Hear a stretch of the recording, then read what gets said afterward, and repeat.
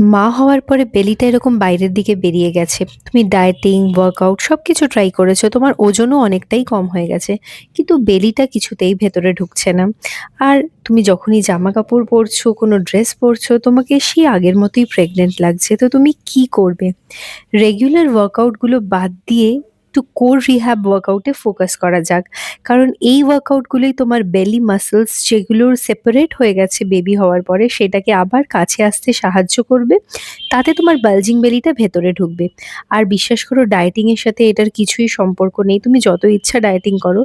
যদি তোমার মামি-টামি হয়ে থাকে তাহলে সেটা তোমার কোর রিহ্যাব ওয়ার্কআউটেই কমবে। যেমন স্টেপ বাই স্টেপ আমি ওয়ার্কআউটগুলো দেখাচ্ছি ওরকমভাবেই করবে। সবকিছু মেনশন করা আছে স্ক্রিনে, ওইটা ফলো করবে।